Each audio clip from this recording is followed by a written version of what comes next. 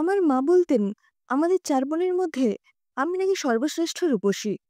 এমন কালো মেঘের মতো চুল, কাঁচা হলুদের মতো গায়ের রং, আর টানা টানা চোখ সচরাচর নাকি দেখাই যায় না। মিথ্যে বলবো না, নিজের রূপ নিয়ে নিজেও বেশ খানিকটা সচেতন ছিলাম। আমাকে নিয়ে আরও যে কত গর্ব ছিল আমার মায়ের, আমি নাকি বেজায় পয়মন্ত। প্রমাণস্বরূপ তিনি আমার জন্মের পরপরই আমার বাবার মাইনে বাড়ার বিষয়টি উল্লেখ করতেন।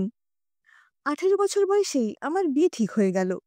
বিয়ের দিন আমার জ্যাঠতুতো দিদি আমার চুল বেঁধে কাজল আর চন্দন পরিয়ে দিয়ে বলল, তাতেই নাকি আমার দিক থেকে চোখ ফেরানো যাচ্ছে না। মালা বদলের সময় উনি বেশ যত্ন করে আমার গলায় মালাটিকে পরিয়েছিলেন। বাসর ঘরে আমি ঘোমটা টেনে নিজেকে বেশ খানিকটা আড়াল করে বসলাম। আর চোখে দেখলাম উনি আমাকে ঠিকঠাক দেখতে না পেয়ে বেশ খানিকটা বিচলিত। কি যে মজা লাগছিল আমার! চোখের জলে কোণে বিদায় পর্ব মিটল। শ্বশুরবাড়ি এলাম আমি। স্ত্রী আচার পর্ব মিটে যাবার পরও কচিকাচার দল ঘিরে রইল আমাকে। তারপর সবাইকে সরিয়ে আমার বেশভূষা পরিবর্তনের বিষয়ে কথা শুরু হলো। আমার খুড়ি শাশুড়ি আমার সুটকেস খুলে বললেন, কটা মাত্র শাড়ি দিয়েছে গো। আমার বড় ননদ বললেন, ওতেই হবে, গরিবের মেয়ে দেখেই তো আনা হয়েছে। কিন্তু একথা তো ঠিক যে বউ বেশ সুন্দরী। এর উত্তরে খুড়ি শাশুড়ি যা বললেন, তেমন কথা যে আমার সম্পর্কে কেউ বলতে পারে, সে কথা আমি কোশমিনকালেও ভাবিনি। আমার মনে হলো যেন চোখে অন্ধকার দেখছি আমি। যে চোখের পাতা দুটো সবেমাত্র শুকিয়েছিল, তা আবার ভিজে গেল আমার।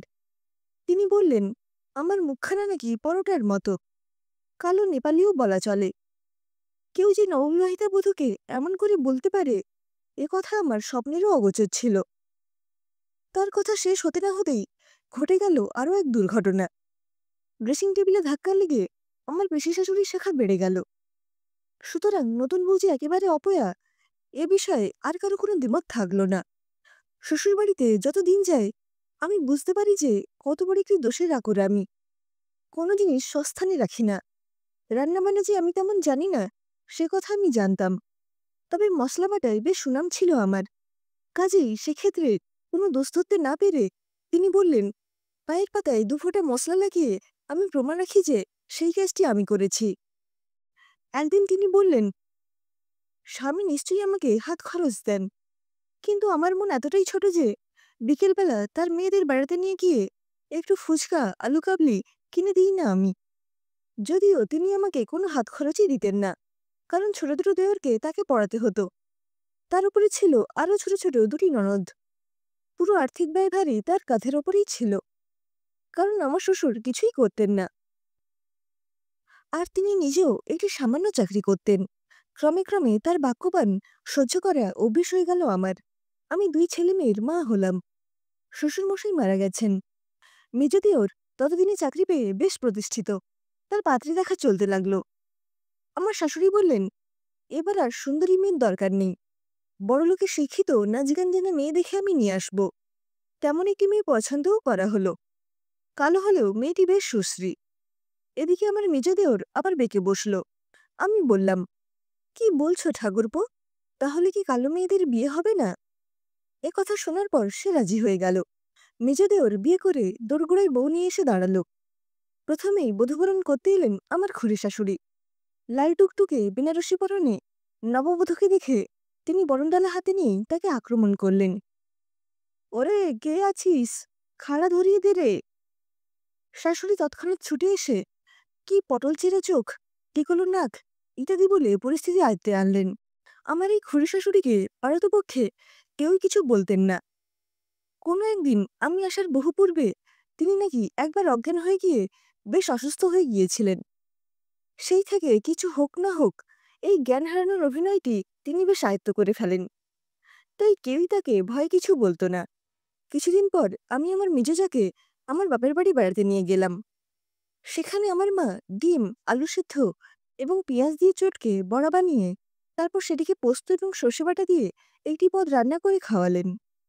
আমার মা এই পদটি চমৎকার রান্না করতেন। আমার মেজোজা শ্বশুরবাড়ি ফিরে এই পদটি সম্পর্কে গল্প করতে বসেছে, অমনি আমার খুড়ি শাশুড়ি শ্রীমতী রেবাবালা দেবী বললেন, যাও শিগগির ওর জন্য এক্ষুনি একটা ডিমের অমলেট ভেজে নিয়ে এসো। সে পাংশু মুখে বসে রইল। নাচের নাম তো সে ভুলেও করত না, কারণ প্রথমেই খুড়ি শাশুড়ি বলে দিয়েছিলেন, দেখো বাপু, এখানে যেন সার্কাস দেখিও না। এরপর এক এক করে আমার খুড়ি শাশুড়ির বড় মেয়ের এবং ছোট দেওরের বিয়ে হয়ে গেল। ছোট জায়ের সম্পর্কে তার বক্তব্য ছিল, তাকে নাকি আমার ছোট দেওরের পিসিমার মতো লাগছে। মুখ দেখে মনে হলো এ মেয়ে এখন চুপ করে থাকলেও পরে সুযোগ পেলে সে কখনোই ছাড়বে না। ছোট জা তার বাপের বাড়ির পাড়াতে একটি ছোট স্কুলে ঘন্টা চারেকের একটি চাকরি করত। ছোট দেওর তেমন কিছু চাকরি করে না, তার একটি ছোট রোলের দোকান। তাই তার বউ এই চাকরিটা যে করবে সে কথা ছোট দেওর প্রথমেই বলে দিয়েছিল। বলাই বাহুল্য, তারা নিজেরাই প্রেম করে বিয়েটি করেছিল। আমার খুড়ি শাশুড়ি রেবাবালা দেবী হঠাৎ একদিন বলে দিলেন, স্কুল ছুটির পর সে যে বেশ কিছুক্ষণ বাপের বাড়ি কাটিয়ে আসে, এ কথা তিনি বিলক্ষণ বুঝতে পারছেন। উল্লেখ্য বিষয় হল, রেবাবালা দেবীর বড় মেয়েটি অধিকাংশ দিনই বাপের বাড়িতেই থাকত। ছোট যা এই মোক্ষম সুযোগটিকে হাতছাড়া করল না। সে মুখের উপর বলে দিল, নিজের মেয়ে বাপের বাড়িতে থাকলে বেশ লাগে। বলুন কাকিমা, শুধু পরের মেয়েরা বাপের বাড়িতে গেলেই গাত্রদাহ হয়। তার উত্তরটি শুনে আমার মেজাজের চোখ মুখ কেমন যেন পলকে আত্মবিশ্বাসী হয়ে উঠল। সে বলল, কাকিমা সকলের রূপের বিচার করেন, অথচ তার নিজের মেয়ে কাকলিকে শাড়ি পরলে মনে হয় যেন একটা পুরুষ মানুষের গায়ে কাপড় জড়িয়ে দেওয়া হয়েছে। এবার আমার পালা। আমি বললাম, দেখবেন কাকিমা, আবার যেন নাটক করে অজ্ঞান হয়ে পড়ে যাবেন না। আমার শাশুড়ি বললেন, ছোট আর বাপের বাড়ি যাবে কি? তার মা তো সকাল বিকেল দুই বেলা এসে খবর নিয়ে যায়। এ তো আজ 50 বছর ধরে দেখে আসছি। অতর্কিত আক্রমণে আমার খুড়ি শাশুড়ি কেমন যেন হতবুদ্ধি হয়ে গেলেন। তিনি একেবারে চুপটি করে বসে রইলেন। সংসারভিজ্ঞ মানুষ তিনি, বুঝতে পারলেন তার আধিপত্যের দিন শেষ। এবার থেকে বুঝে সুঝেই কথা বলতে হবে তাকে, অন্ততপক্ষে নিজের সম্মান রক্ষার জন্য। নতুবা এই নতুন প্রজন্ম তাকে মোটেই ছেড়ে কথারই বলবে না। আমরা সব উঠে যে যার ঘরে চলে গেলাম। তিনি ওখানেই তার দুই মেয়েকে নিয়ে মাথা নিচু করে বসে রইলেন।